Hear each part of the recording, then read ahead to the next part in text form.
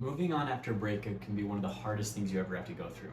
And the reason why is because your anxiety makes you want them back so bad at the beginning that focusing on yourself, like everyone tells you to do, and moving on can just seem like an impossible task.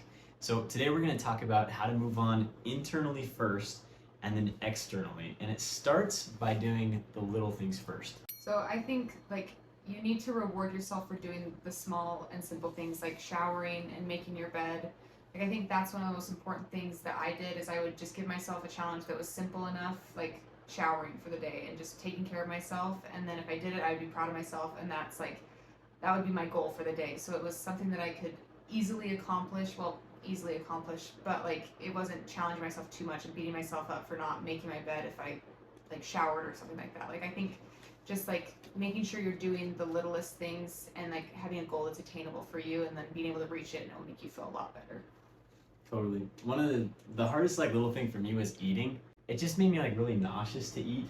When I right after a breakup and my divorce, I just felt really nauseous anytime I think about food. And the thing that helped me the most was my therapist told me to just drink protein shakes. So I bought those Premier protein shakes from Costco, and I would just drink about 3 of those a day because I still needed calories. I lost 20 pounds, and it's just not healthy. And if you can't eat, then you're not going to be able to do anything else on this list either. So yeah, doing little things like that, setting goals, and also did you reward yourself at all when you did the goals? Well, I just felt better inside, which I think is the part that helped. Yeah. If you're beating yourself up for not doing all the things that you normally would do, it's not really fair to yourself because you're not this in a normal state. Yeah, you're not in a normal state. You're in this state of panic and just anxiety. And so I think being truthful about where you're at and kind of just being well, it's really hard for me to eat, it's really hard for me to shower, it's really hard for me to make my bed and do my laundry. It's really hard for me to do all these things, so I'm gonna pick one and I'm gonna focus on that. And just, eating, you obviously need to eat, so try to do the protein shake thing. But also showering, I think, is really important too. And so I think making a goal to eat and try to eat your meals, doing the protein shake thing. And then I just made the goal to shower and do my self-care, because I was I'm not gonna feel good if I feel gross. So I was if I shower and shave and wash my hair and get in comfy pajamas, I'm gonna feel better about myself. And so it always just made me feel a little bit better that I accomplished that little goal that I set, because it made me feel I was progressing. So that's why I say set a little goal, because I think it's really super helpful. Cool. So after that, the next thing that I did to feel better was writing down exactly what I thought happened in the breakup. So I wrote down everything that I thought I did wrong, everything that I thought she did wrong, and the sequence of events. She came to my house at this time, we talked for this long. And just by getting all of those details down, it made me feel I have a lot more control of the situation, which is really important because that's mainly the reason you're feeling so horrible right now is you just feel you have no control over what's going on in your life, that the most important part just decided to leave and you couldn't do anything about it. So by kind of documenting everything, that gives you control, and then you can see a lot clearer what you can control too. And then after I wrote that, what I did actually was write a goodbye letter, and that could be either a closure letter for you, just something that things you'd want to say to your ex. It's better not to send it because again, we're doing no contact, but getting that out of your brain and onto paper can also just give you a lot more feeling of control. Yeah, I think I did both of those things as well. I think the letter thing is really good. My therapist told me, she's write a closure letter. And she's if you have to write more than one closure letter, that's okay. Just write them until you feel better. Don't send them, obviously, because then you don't end up hurting your situation worse. But also the thing that helped me the most when I went through my divorce was I would sit and vlog style record myself on my phone talking about what happened or how I felt. I would just sit there and cry and just be sobbing on the camera and just saying how I felt and how sad I was. And sometimes the videos would be 45 minutes of me just sitting there rambling about whatever I felt. But then afterwards I would always feel so much better because I was okay, I got this out of my body. I feel I'm not so panicked anymore because I talked about it. I made myself feel a little bit better, because sometimes all you need to do is just kind of get those bad feelings out of your body. So it's just writing them down can help. But for me, it's writing it down helped a little bit, but I had so many things to say that I just was I just need to word vomit this all up and just have a video of me saying it. And now I watch it back and I can see how much progress I've made, and I even address my future self in the videos sometimes, which is really funny. but I'd be like, if I'm watching this in the future, like I hope you're happy, all this like cringy stuff. But it was like really helpful for me because I look at it now and I'm like, I'm so happy now, and like old me was like so sad, and just it just is great to be able to see this progress that you've made. And I think it's almost cooler to see it in a video form than it is like a writing totally form, is. because like I could see my face and I wish see I that. had some of those. Yeah, it's cool. It's like I look back and I'm like, oh, that's poor girl. Like she's so sad. I wish I could help her, you know. And so it's just like whether you do that. Like I did it probably once a week, like 45 minutes of just chatting with myself. And so I think like whether you have to do it every day or once a week or like every hour, like whatever you have to do to help, like I think it's a great way to like, get those bad feelings out of your body. Another thing that's like so cool about her idea with the videos is that as you move on and you go through this process, you're gonna have things that feel like setbacks. Like you might eventually like pop up on social media, or they'll text you, or like you'll hear from a friend how they're doing, or they start dating someone else, and you're gonna feel like you're backsliding.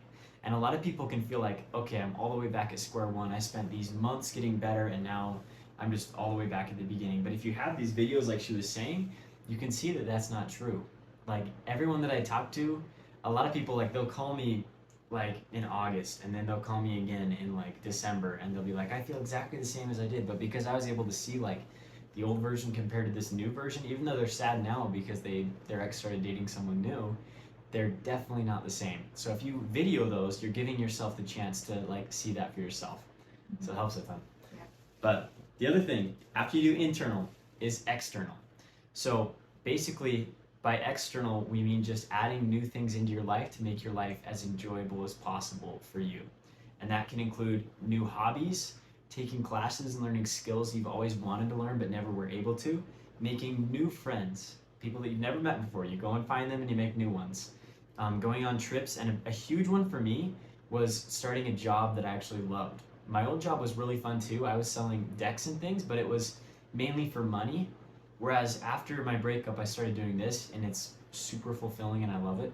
So if you find those kind of things and add them into your life, you end up enjoying your life regardless of whether they come back or not. And that kind of moving on that's actually what moving on means. Moving on doesn't mean you start dating someone new. It means that you move forward in your life and you're better off because the breakup happened.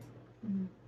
Yeah, I think like what I did to kind of do that, like, well, I'll give some background, I guess. So, like, when I was dating other people before Cole, I feel like my entire like world just was like revolved around this one person. Like, it was like this person was like everything in my world, and if they left, then my world would just fall apart completely. And I was talking to somebody about it yesterday and just saying like that now I feel like I have my own little universe that I've created where it's like I have all the things that I love and they all like play off of each other, and so and like Cole is like a little planet in my universe where he is also there now and it's fun, but he's not like the center of my universe. He's not the sun in my universe. So it's like I have all of the things that I love at the center, and everything else just kind of plays along with it. So like if he were to leave or like somebody else were to leave, then my world would still remain the same. And so I think that's like something that's super important, is like not having your entire world be like put on somebody else so that if they left it just crumbles. And it's like it's easier said than done, but I think like by doing those things, well, I think by doing those things, that's how I did it. Like I think like by being by myself and kind of finding the hobbies that I like to do, and like for a while I was in that like fight or flight mode, you know, like which the beginning stuff, the internal stuff is a lot of like fight or flight mode kind of stuff. Like it still goes into it, but that's like more at the beginning when you're like in the thick of it. But I think like at that point I was just like trying to rely on myself emotionally, like making the videos for myself. Like that was me like kind of self-soothing. Like I was making a video, I didn't have to have anybody reassure me. I was just like kind of reassuring myself and like able to make the video and then feel like soothed. And so I was able to be like, okay, I can do this myself.